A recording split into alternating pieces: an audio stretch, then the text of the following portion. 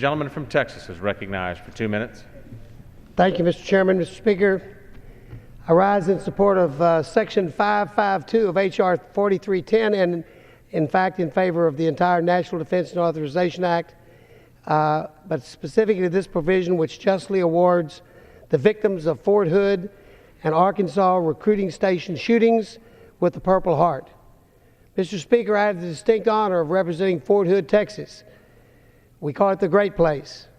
The day after the attack at Fort Hood, I was there. And at that point in time, I began working on legislation to award combat status to the victims so they could all receive appropriate benefits that they deserve. The shooting at Fort Hood and in Little Rock killed 14 dead, 44 wounded. These soldiers were at a deployment processing center at Fort Hood and a recruiting station in Arkansas when they were fired upon. Many of them at Fort Hood were getting ready to go to war or returning from war for reassignment to another assignment. In my opinion, the shooters extended the battlefield from Iraq and Afghanistan to Fort Hood and Little Rock in order to claim their targets before they reached their destination in Iraq or Afghanistan. I am pleased to see the victims receive the Purple Heart. We should continue to work towards awarding the victims the combat status and the appropriate additional recognition that they may deserve, including the civilians who were killed. But make no mistake, at Fort Hood, they targeted soldiers. Mr. Speaker, in conclusion, I ask my colleagues to support this language, but to continue to work towards combat status for the victims as well. This is a bipartisan issue. I'm very grateful to Chairman King for getting on board on this issue and driving the force, and as are all of our soldiers, and I'm very grateful for the bipartisan consideration this concept had on both sides of the aisle. I support the National Defense Authorization Act. It is good for our country. Gentleman's time has expired. Thank you. The gentleman from Washington. Thank you, Mr. Chairman. The gentleman yields back. Under the Speaker's announced policy of January 5, 2011, the gentleman from Texas, Mr. Carter, is recognized for 60 minutes as the designee of the Majority Leader.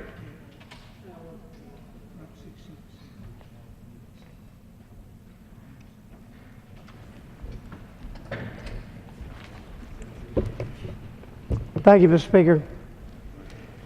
That was an interesting conversation we just heard. I was very, very impressed by that. And I agree, we need to expand infrastructure. Everything that was said there is important. You know, I've been talking on the floor of the House about regulations here recently, and as I listened to my Democratic colleagues talk about infrastructure, I was reminded that we have a bunch of new regulations on cement that's going to drive our cement industry out of the country. That's going to be a little tough to build bridges without cement. We've got moratoriums on oil and gas and asphalt's made with oil. So we need to think out these projects as we go forward. And today I'm going to talk about some regulations that I think are going to be, I'm very grateful to be joined by numerous of my colleagues. We are going to talk about some new regulations that are going to be attempted to be imposed upon an industry which is struggling and will, quite honestly, be a setback, in my opinion. But I'm going to start off by recognizing Mr. Gunther and let him tell us his comments on the subject of the new 54 mile per gallon rules that are being proposed for our automobiles. Well, I thank the gentleman from Texas, and I thank you for your hard work in trying to protect small job creators, not just in your state, but all across the country, in your proposal of amendments and legislation to try to address what I think is an unjust, over-regulated approach to negatively affecting not just the auto industry, but also the consumer. Earlier last year, the EPA and California regulators, of course, under the guidance and direction of President Obama and his White House, proposed the most expansive regulations ever on the auto industry. Estimates suggest that the cost would be $157 billion. This is at a time, I remind you, when we have a debt and deficit of about 16 trillion and 1.3 to 1.5 trillion respectively. This is not a time when this administration should impose greater oversight, greater regulatory challenges to job creators in America. I want to remind those who are listening, as I take a look at an article written in the Wall Street Journal back in September of last year, September 14th. It talks specifically about this piece of legislation and how new cars and light trucks would have to increase their fuel economy to 54.5 miles a gallon. And the White House officials actually commented in that article. They commented that the proposed fuel efficiency target could raise average vehicle prices by about $3,000. This administration acknowledges that their overregulation will increase the cost of an average vehicle by $3,000. If you think about that, when an individual goes to purchase or lease a vehicle, they sometimes use a three-year window, maybe a few more months, 39 months. And I find it interesting that we are about to extend the payroll tax for the balance of the year, which would give the average American $1,000 back in their pocket. And the Obama administration would like to take that $1,000 from the consumer pocket and put it back into the coffers at the Treasury. I find that bad public policy, to say the least, not a direction of trying to reduce our debt and deficit and have a pro-growth economy, but I think it stifles the auto industry, and most importantly, it stifles small business owners across the country. And I just want to share with you briefly statistical information about this industry in my state of New Hampshire. We have about 800 different businesses within this industry, 25,000 employees in New Hampshire alone that would be affected by this regulation. I am concerned about the job loss around the country. I'm concerned about small business owners having access to capital, being able to continue to survive through this down economy. And I'm concerned about those employees who work for those job creators, our friends, our neighbors. They're not Republicans or Democrats or independents, they're Americans. And they are demanding that this Congress stop the regulatory oversight from President Obama and his administration, the EPA. And we are trying to do that on behalf of the American public. And I think it's a smart way for us to give back to not just the consumer, but to job creators that we so desperately rely on for a pro-growth economy. The final point that I'd like to make is, in addition to a $3,200 estimated increase of the cost of a vehicle, acknowledged by the President and his White House, this regulation would also essentially take the $15,000 vehicle out of existence. We would not be able to, as consumers, access an affordable vehicle for ourselves or for anybody who's purchasing a vehicle for that matter. The very middle class that our friends on the other side of the aisle talk about preserving and protecting are being targeted by this regulation. And it's time that the country hears more about how this administration chooses to take money from one entity and give it to another. They're taking money from hard-working Americans and filling it in the coffers of the Treasury so they can expand the size and scope of government. And people in New Hampshire have had enough. They've sent me here to fight for those middle-class families, those hard-working job creators who in New Hampshire provide 25,000 jobs in this industry. And I will continue to work with you and anyone else in this body who shares that opinion that enough with the regulation. Let the free market work. Let the consumer win for a change. And I thank you for yielding your time. And I, again, look forward to working with you on future legislation that you seek to address on the floor of this House. Thank you. In reclaiming my time, I'd like to agree with absolutely everything you've said. And I think it's a real eye-opener to realize that we sit here and we have a State of the Union address where the middle class was referenced, I don't know, a dozen times probably, that it was all about the middle class and how we were going to do things for the middle class. And I guess we could start off by saying the first thing we're going to do is raise the price of a car for you to $3,200. Not because we have to, not because it even fits our plan for coming up with fuel standards, which we had in place before the EPA and California interfered. No, we're going to do it now, even though it was supposed to be 3 years from now we started looking at these standards. And we're going to take $3,200 out of your pocket when you buy that first car. That doesn't seem to be looking out for the middle class. And I think this House ought to be looking out for the middle class.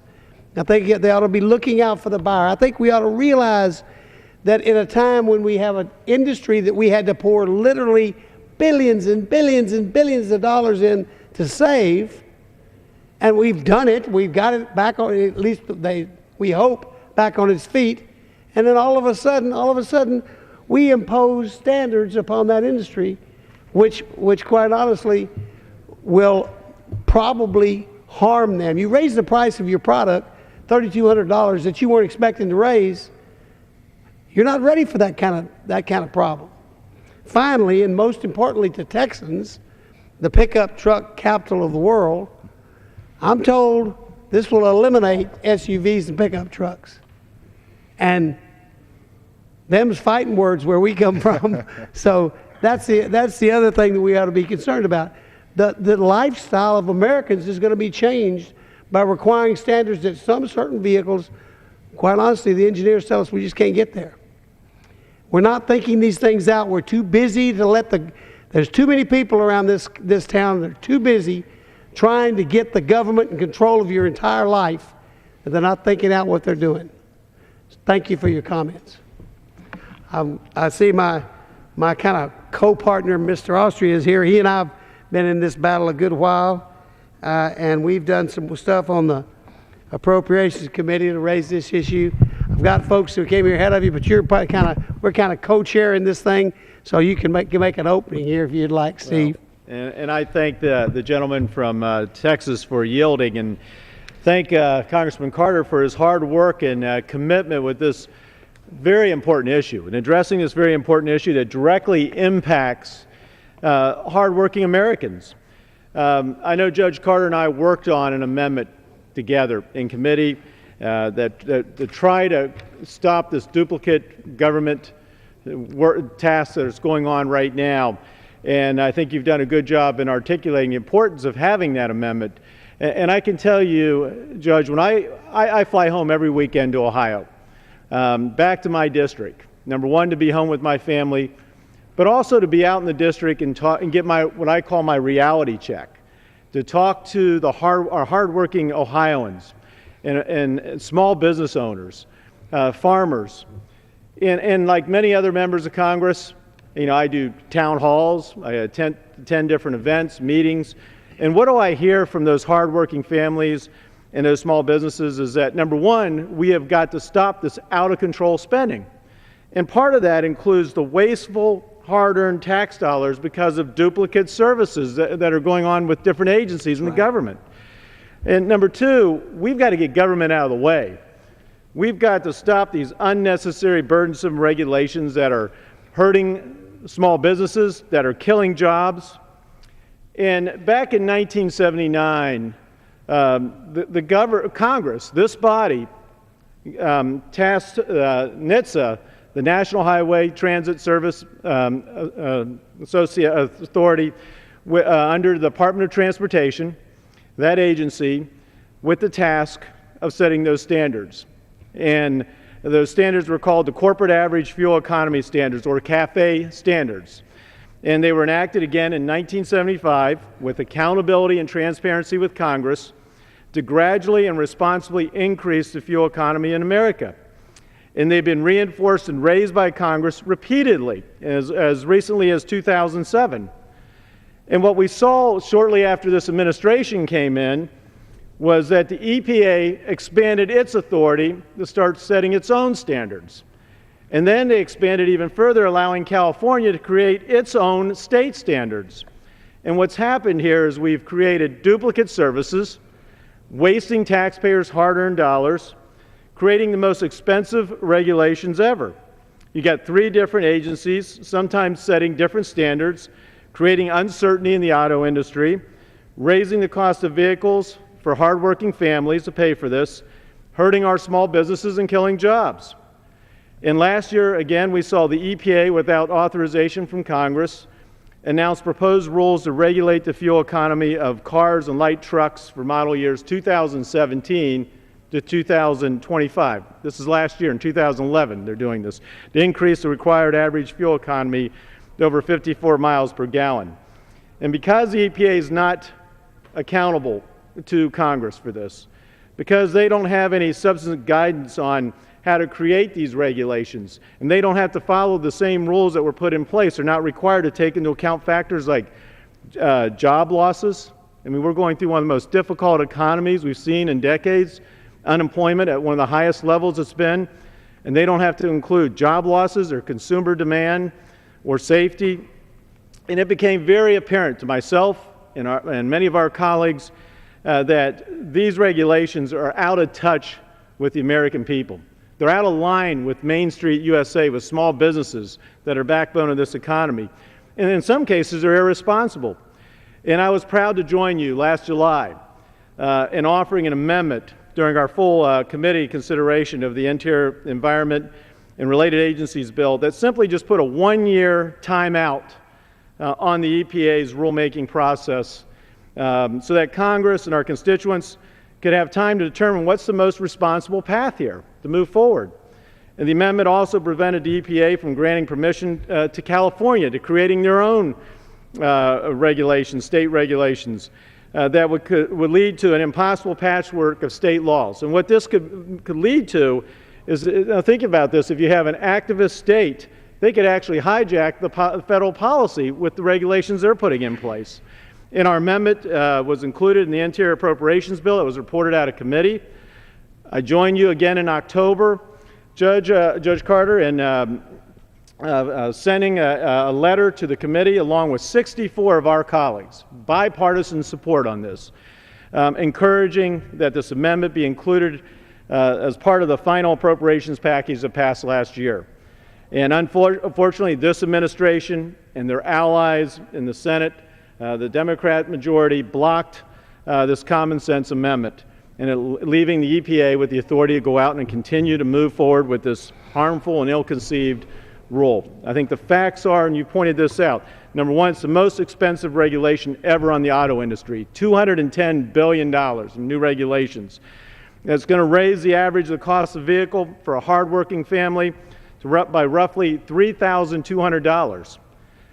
It's going to regulate cheaper vehicles that are under $15,000 pretty much out of existence. And the EPA has already wasted over $24 million creating these duplicate regulations. I mean, this is out of control, what's happening right now. It's a waste of the taxpayers' dollars. And we have to, at some point, understand what's happening here. And we're accountable for the taxpayers' dollars. We have to ensure that what way things are being done properly. And the EPA, again, has already spent $24 million, as I mentioned, on these duplicate services. With the largest budget deficit in history, Congress and the administration should focus on eliminating the duplicate government programs, protecting the taxpayers' dollars. The redundant regulations of the fuel economy by the EPA is simply just a magnitude of the government waste that we're seeing today. And with that, Judge Carter, I will yield back to you, and I appreciate, again, your leadership on this very important issue. I know we have a lot of members here to speak on this. Reclaiming my time, I would now like to have you hear from my colleague from Virginia, Mr. Ridgell, Scott Ridgell from Virginia. He has been waiting to talk. He and I learned in a conversation before we started here tonight, he's been in the automobile business, and so he brings a good perspective to this conversation. I yield the time you may consume. Well, I thank the gentleman for yielding and for bringing this to our attention. And it's a critical matter facing our country. It has a direct impact on job creation, and I regret that the way it's headed, that impact is adverse.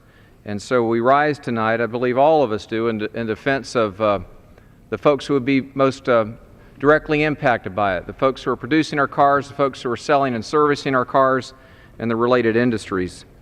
You know, I come to this body, and I know we all do, regardless of political affiliation, with the idea that we are first Americans, and I always try to find where do we agree. And I start out tonight thinking we surely agree that it's a good idea for fuel economy standards and performance to increase over time. We share that with our colleagues on the other side, yet that is also regrettably the point of demarcation, because there is a sharp contrast, I believe, between where the administration is headed with this.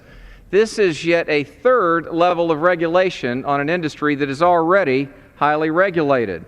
The Department of Transportation, the state of California itself, and now, and I believe unwisely so, the administration is allowing, in fact, encouraging the EPA to inject itself into this.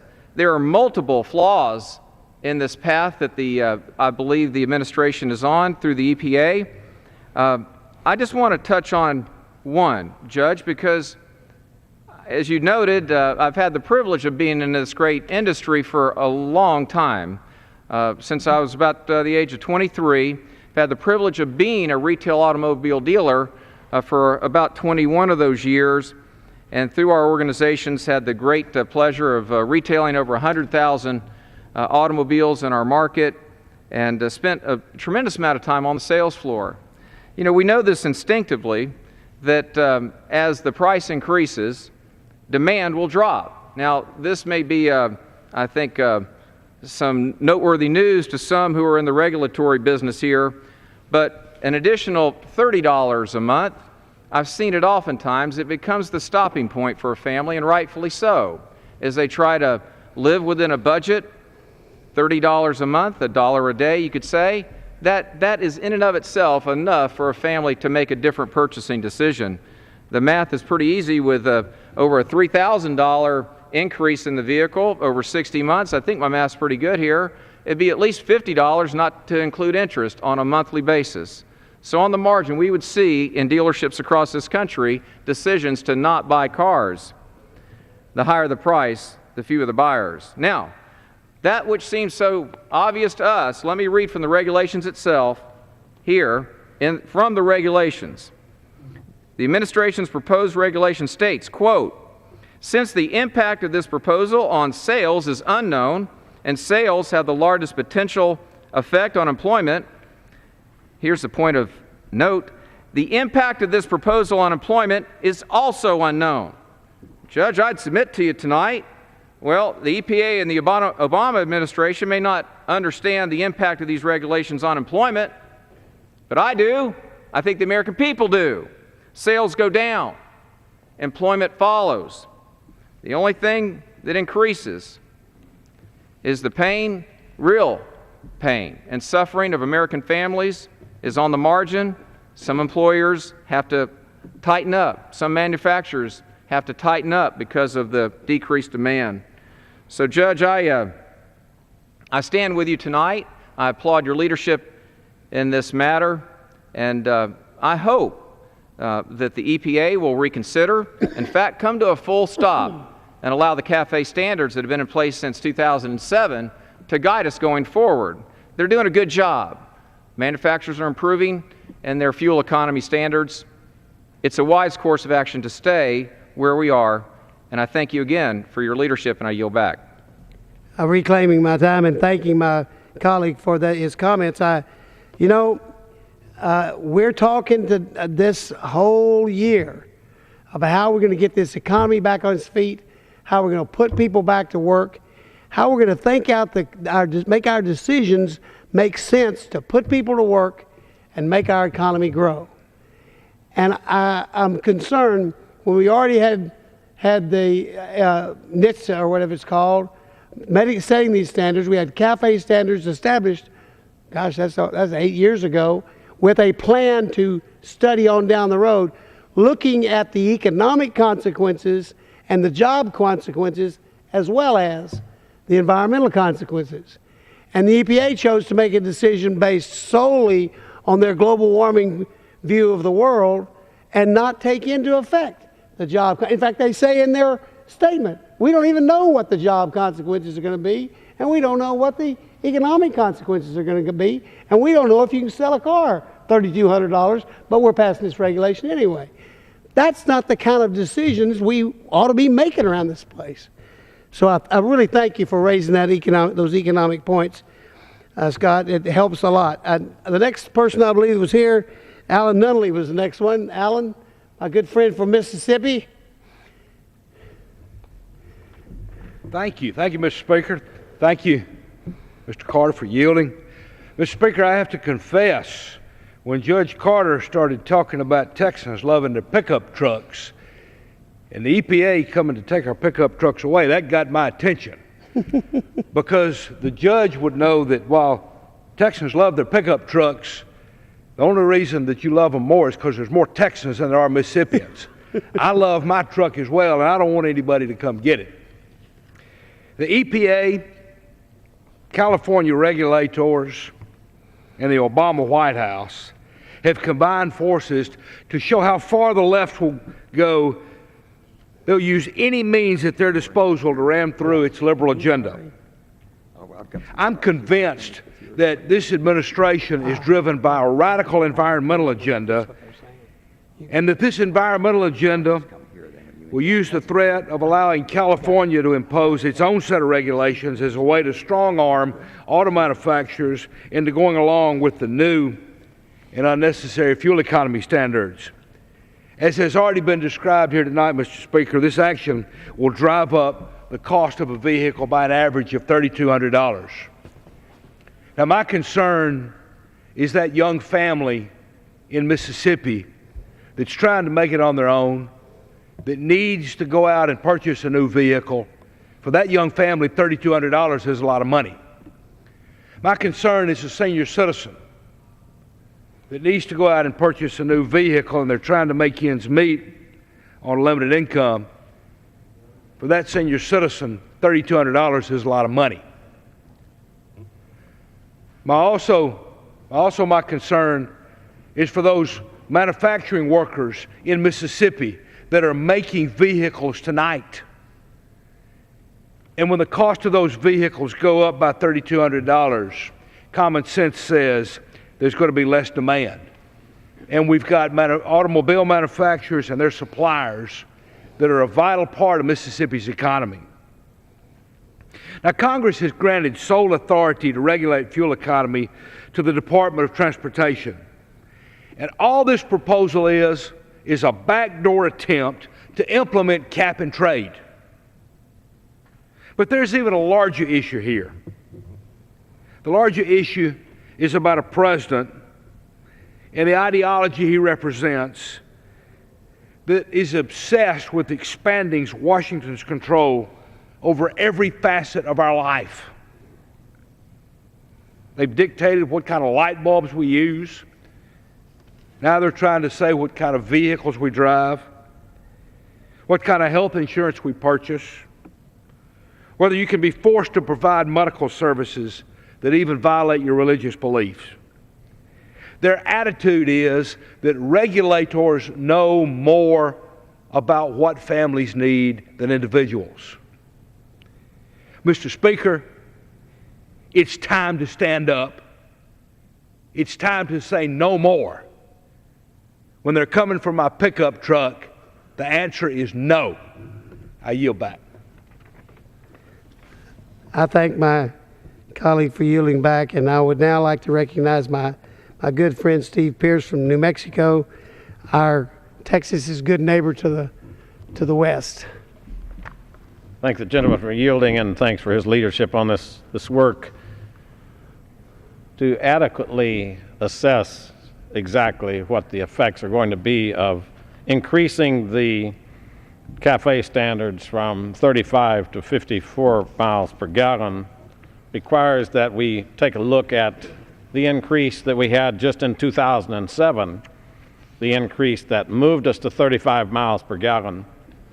We had testimony that declared that at least at least one auto manufacturer would go out of business, would file bankruptcy if that law was actually implemented. That was because we do not have the technical capability to enforce and to build the vehicles that would take us to 35 miles per gallon. In order to reach that objective, then, the auto manufacturers were going to arbitrarily have to price their lower mileage vehicles. They raise the price on them to drive demand down. That is, they sell fewer. It's not that we're actually increasing the mileage, it's that we're selling fewer of the larger vehicles. Vehicles like pickup trucks that are used in the oil field, on ranching operations. So we wanted to depress down the demand for them while simultaneously adding stimulus to the lower cost vehicles. Now the problem with that for a business is that the profits are made from those vehicles that are like pickup trucks and the SUVs. So this government was in the process of mandating that the manufacturers would build fewer of the high-profit vehicles and more of the low-profit vehicles. That's the only way they could comply with the government standards, and it was therefore going to decrease profits enough to put at least one of the manufacturers into bankruptcy. As it turned out, 2 of the 3 manufacturers in America filed bankruptcy. 2 of the 3. The taxpayers went in and had to bail them out. So when the President in his State of the Union last week talked about not bailing out companies, he spoke out of the other side of his mouth later in the speech by saying that the company we bailed out in General Motors was such a great success. It is not a great success when taxpayers have to subsidize the processes declared by the U.S. government. If that's what happened when we moved the mileage from 20 to 35 miles per gallon, imagine the distress in the auto industry when we moved to 54. The Prius does not even qualify. It does not reach 54 miles per gallon. The Toyota Yaris only gets 38 miles per gallon. The technology does not exist. So the same geniuses in the White House that brought us the cash for clunkers are now going to bring us 54 mile per gallon requirements for fuel standards. The reason that the United States economy is faltering and suffering is because of what is happening by government agencies. The unfairness for the lower class people in this country is ghastly. The President sat on this floor, he stood on this floor last week and talked about fairness to everyone, economic fairness. Then let the President hear his own words. He made fun of one of his agencies that declared milk to be a hazardous substance. He made fun of the regulation which got so much attention that it was rolled back. Let the President make fun of this regulation because it's going to kill the car manufacturers. They cannot make cars that go 54 miles to the gallon. And for those who say, just make the rule and they'll develop it, I simply say, let's pay our EPA workers, all of those involved in this process, let's simply start paying them with General Motors stock. Let them find out in their own lives exactly what their value of their opinions and their designs are. The final problem with the implementation of this rule is the constitutionality. Our founding fathers set up a system of checks and balances. The President would sign legislation. The Senate and the House would pass the legislation, but they had to pass exactly the same bill. No one house, no one branch could dominate the others. Now what the President is doing is taking his beliefs, his agendas, outside that set up by the Founding Fathers, that would guarantee voters would have input. And he's moving it into an extraterritorial agencies that have no controls by the taxpayers and no controls by the voters. The president should be ashamed of what he's suggesting. The president is causing our Constitution to be set on a shelf. The Constitution is here not for the rich. The Constitution is here for the poor. The Constitution is that which gives the poor standing in this country. The rich can always have their way. The powerful can always get their way. But the Constitution defends and protects the poor. So when the president crassly sets aside the Constitution, he's working against the fairness economically, the fairness constitutionally of this nation towards 99% of its inhabitants. I think that it is time for this Congress and this House to stand up and tell the president no more. You will bypass the Constitution no more. And we need to mean business, and we need to back our words up with actions. I yield back to my friend from Texas. Thank you. I thank my friend from New Mexico for a very, very strong statement. Now I want to recognize Mr. Roscoe Bartlett, my friend from Maryland. He wants to get up here with some of his own charts, and I'm going to step aside and let him do it.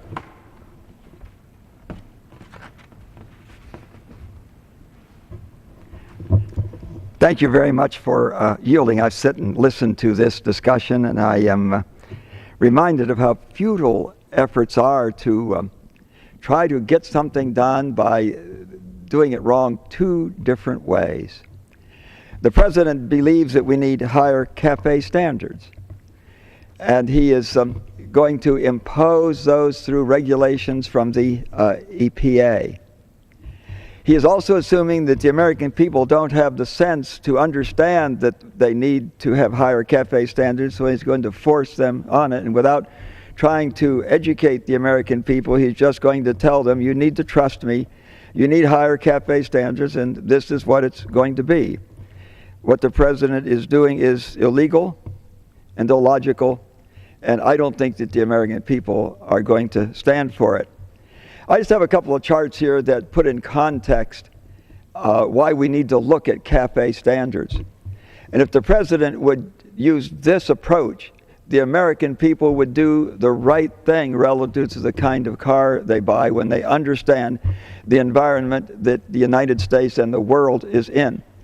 Here I have two charts, and they're from the IEA, the International Energy Association. This is a creature of the OECD. It is perhaps, maybe along with our Energy Information Administration, a part of our Department of Energy, the best followers and prognosticators of energy in the world. And this is their world oil production, this is their world energy outlook, and this one is in 2008.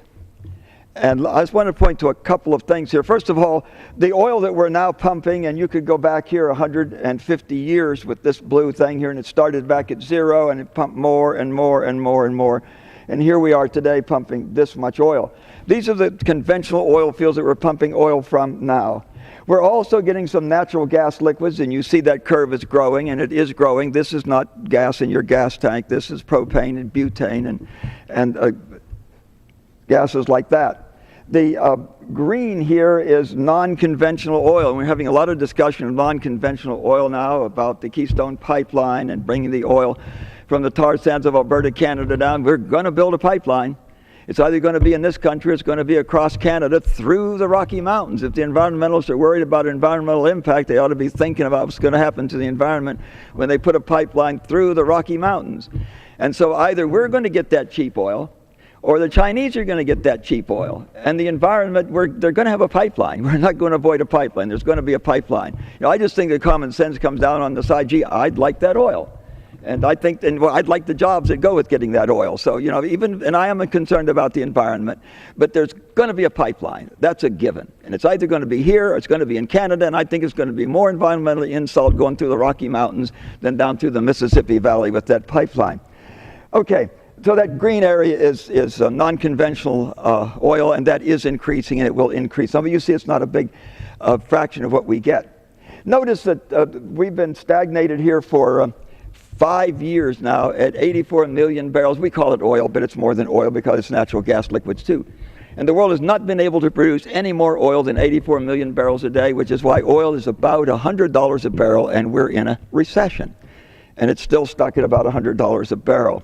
Okay, they prognosticate that the production from current fields is going to go down fairly dramatically. You see it dropping off there.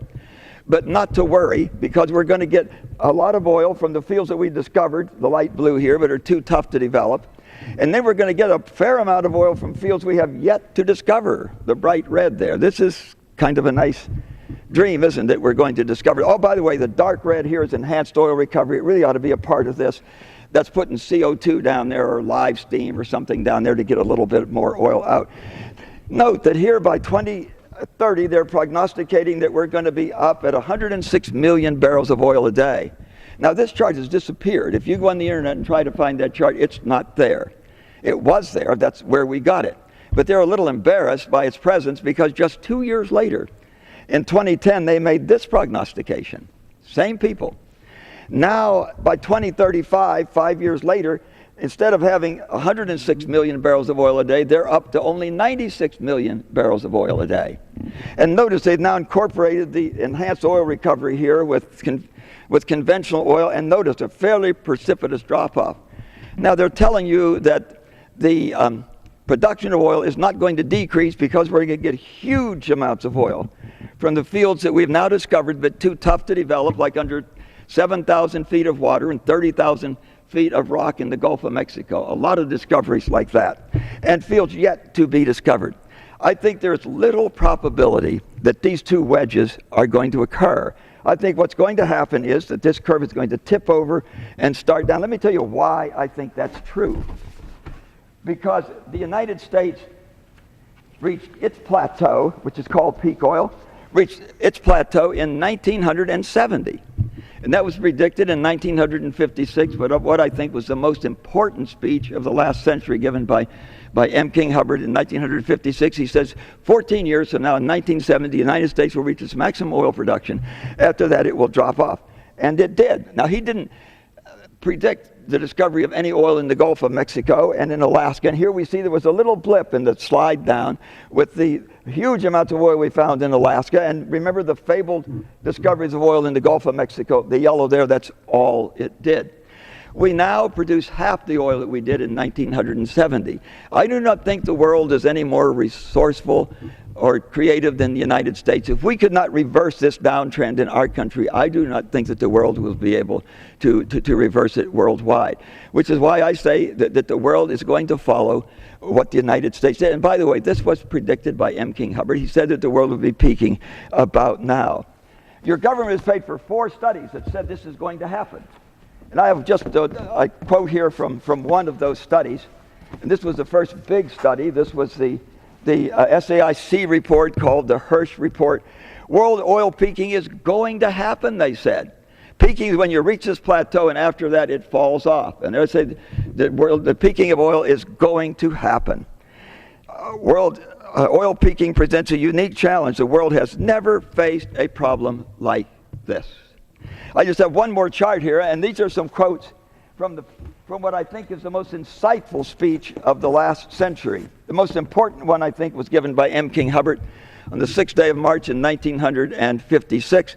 This speech given just a bit later, the 15th day of May in 1957, a speech given by Hyman Rickover, the creator of our nuclear submarines. There's nothing man can do to rebuild exhausted fossil fuel reserves.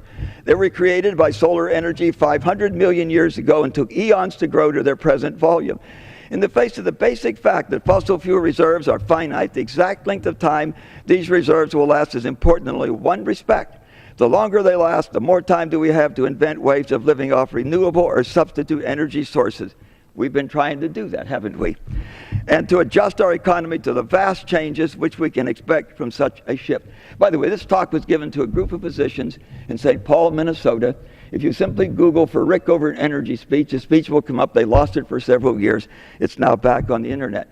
In another place in this speech, he said that in the 8,000-year recorded history of man, the age of oil would be but a blip.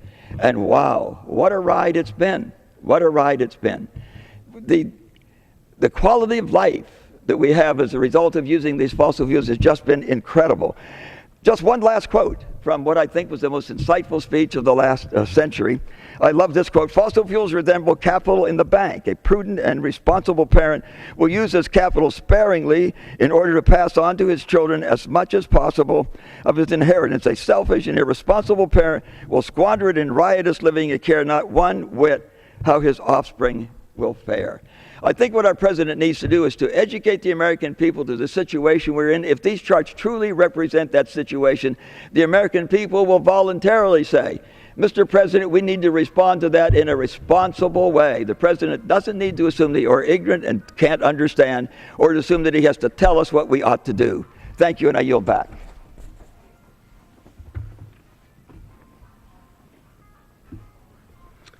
I'd now like to recognize Mr. Manzullo from Illinois, who is a champion of starting up the manufacturing again in this country, and he understands the economy and how it works. Mr. Manzullo. I thank the gentleman from Texas for yielding. Mr. Speaker, we have something very interesting going on in this administration, and it's called Who's in Charge?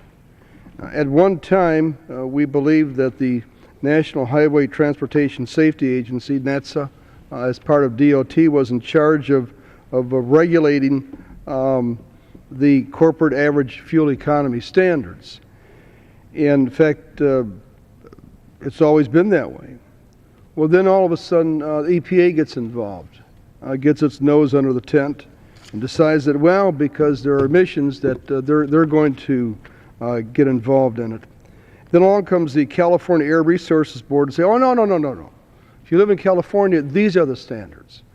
And so we have the automobile manufacturers taking a look at which agency is in control, if any, and what they have to follow, although they have been forced to follow the standard that's been set down by the EPA to have this amazing 54.5 miles per gallon fuel economy for model years beginning 2017. In the district that I'm proud to represent, Chrysler has a plant on Belvedere that's going to house the body shop for the new Dodge Dart. I saw that automobile at the auto show here in Washington this past week, and it's a beauty. It's beautiful. It represents more than a $600 million investment in the community and workforce in northern Illinois. And Chrysler will add more than 1,600 production workers at the same assembly plant started in July when they add the third shifts. And this is another signal of the increase in automobile sales that we're seeing in this country, from the zenith of 17 million that were sold years ago to where we are now. But this car starts at $16,000. And with the average price of a vehicle to increase by $3,200, and the source of that is the government itself, I just don't know what these people are thinking. In fact, if you take a look at the EPA rule that says the estimate is that the mandate will cost $157 billion, which always means the number is vastly greater. That's a lot of money. Well, that's a huge amount of money. The fuel economy rule is, this is classic Obama EPA, but you ask yourself, well, what is $157 billion for? And the great scientists, mathematicians, and bureaucrats over at EPA said, well, this is the cost that it's going to take in investing in new technology. Oh, I hear those words, investing in new technology, as if people that don't even know the sweet smell of machine oil, who sit in offices in Washington, D.C., can sit there with their calculators and their green hats, green clerk's hats, and come to an estimate of what it's going to cost to increase the technology to come up to that 54.5 mile per gallon standard. We all know government figures are wrong. $157 billion, that's a huge amount of money. I think the total amount of the bailout, if anybody was interested in that, was around $15 billion. Now this is 10 times the amount. And you ask yourself, where's this money coming from? Obviously, if manufacturers have to gear up for this major expense, they're not going to wait until 2017. They're going to start doing it now. And so the increase in prices of automobiles will be directly related to this new mandate from the EPA. And so the gentleman from Texas, I want to thank you for having the courage of speaking out here, and I thank you for the opportunity to help explain to the American people the foil. I guess that's a good word, the foil, the folly, rather, of this latest EPA action. And I yield back. And I thank my friend for yielding back his time and for his great comments. And, you know, one of the things I like to say about Washington is the shortage of common sense. And Mr. Manzullo, I think you made a good common sense argument that we can understand. And I'd like to represent my friend Mr. Kelly from Pennsylvania and hear what he has to say on this interesting new challenge the Obama administration has given us. And I thank the gentleman from Texas for yielding. You know, I come from a family that in 1953 started in the automobile business. My father came from being a parts picker for General Motors in a warehouse, surviving World War II, and then coming back home and starting his own dealership in 1953. So not only can I talk the talk, I've actually walked the walk. And when we sit back and we see what this administration is doing, while they say on one side they're very concerned with jobs and they're very concerned with the recovery of the automobile industry, they propose legislation that will take 7 million buyers out of the market. That is a staggering number of cars that we will not be able to build. If we can't build them, we don't need folks there in the factories. We don't want to mess with the fragile recovery that the automobile industry has right now. And again, as I said, having walked that walk and understanding the cost of these vehicles as they go up, it is a terrible thing that this administration is concerning. Now, it does not surprise me because we are talking about people who have never in their life actually had their own skin in the game. So when they talk about these measures that they're taking, when they talk about all these well-intentioned ideas, they forget that the ultimate sacrifice made is by the buyers, by the American consumer. We are going to raise the average cost of these vehicles by $3,200. As I said earlier, 7 million prospective buyers will not be in the market. We have jumped the standards that we had by 3 years. Now, I was there in the early 70s when the CAFE standards came into existence. The corporate average fuel economy had nothing to do with green energy, had nothing to do with a footprint, a carbon footprint. What it had to do was our reliance on foreign oil. We are making great strides in that effect. Now, I do know that my friends in the automobile manufacturing business have agreed to these new standards.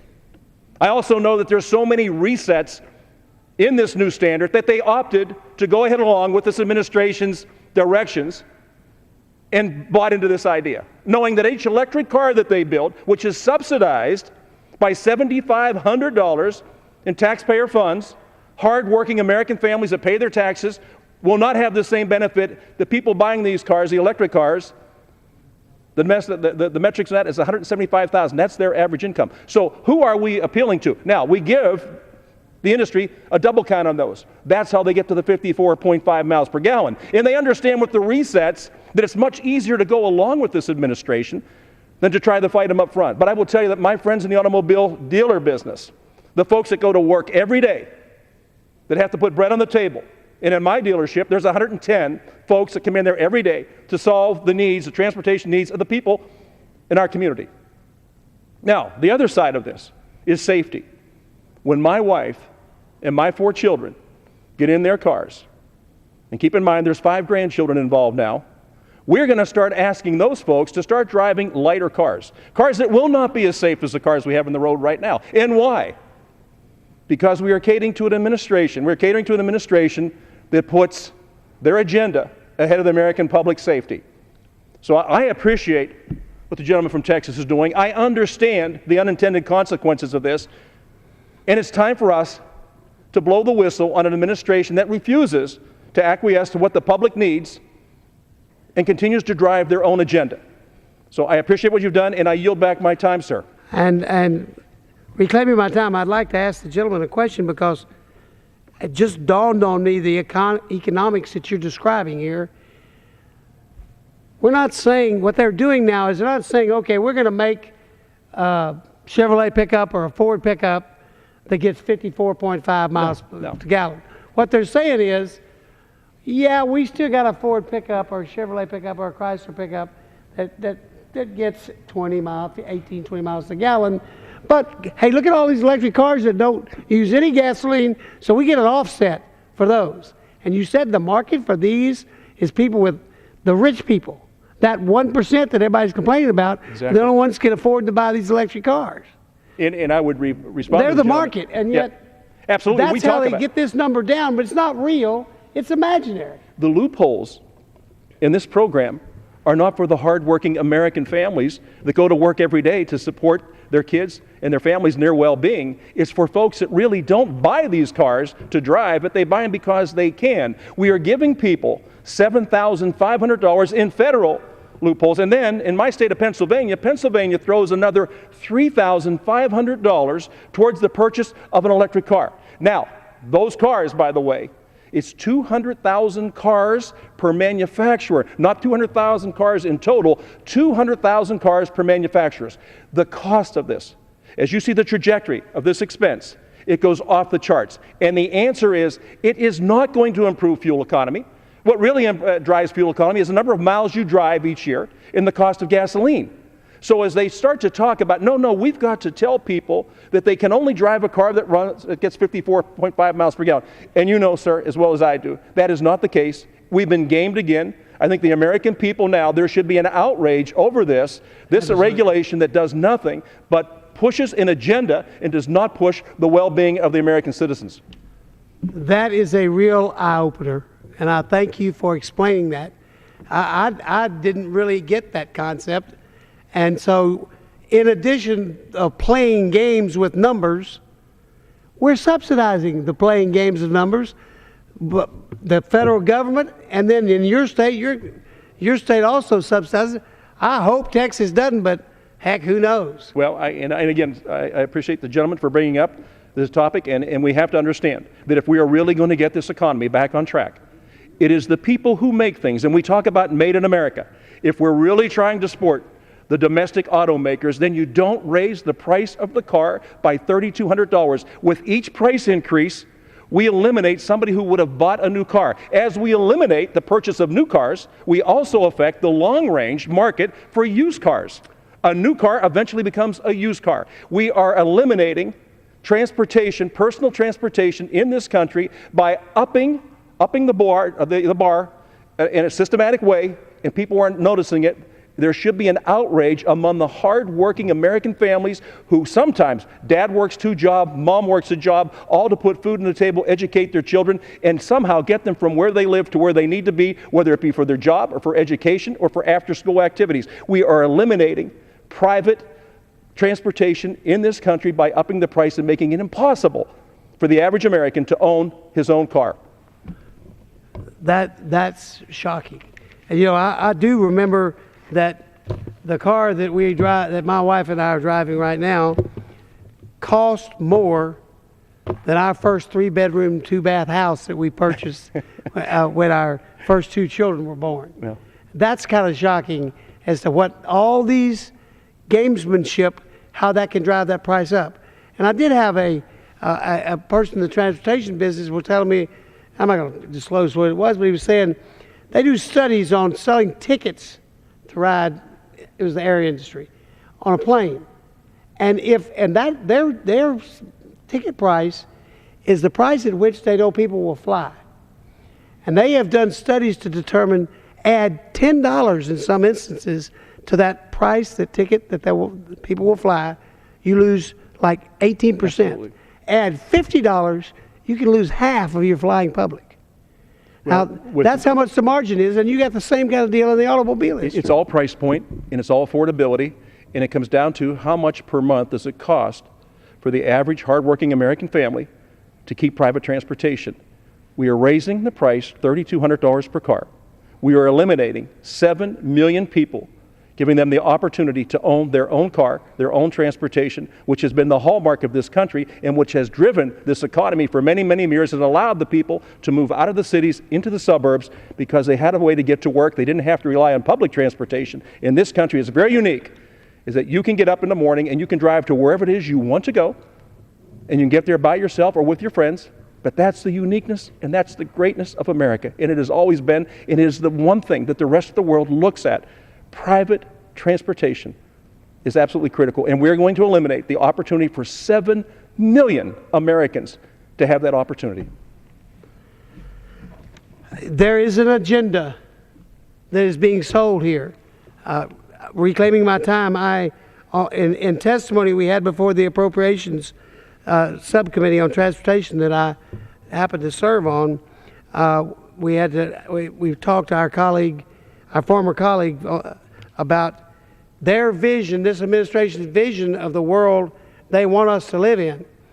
And they want us all to live in high-rise apartments and take public transportation. They will tell you straight out, that's the future of America. Concentrate. And there have been at least some of the administration who have said the days of the two-story home in the suburbs are over. I don't know if America knows that. And this is a perfect example of part of the plan to drive us out of the suburbs and into concentrated population where the only solution is public transportation. And quite honestly, where I live, that's not going to be very popular. No, and I agree with the gentleman, and I would tell you that I join in your fight. This is not only a fight that we must fight, this is a battle we must win. And I will fight with you every step of the way. We cannot continue to take a free and self-governing people and tell them not only what foods they can eat, what house they can live in, what light bulb they can use, or what car or truck they can drive.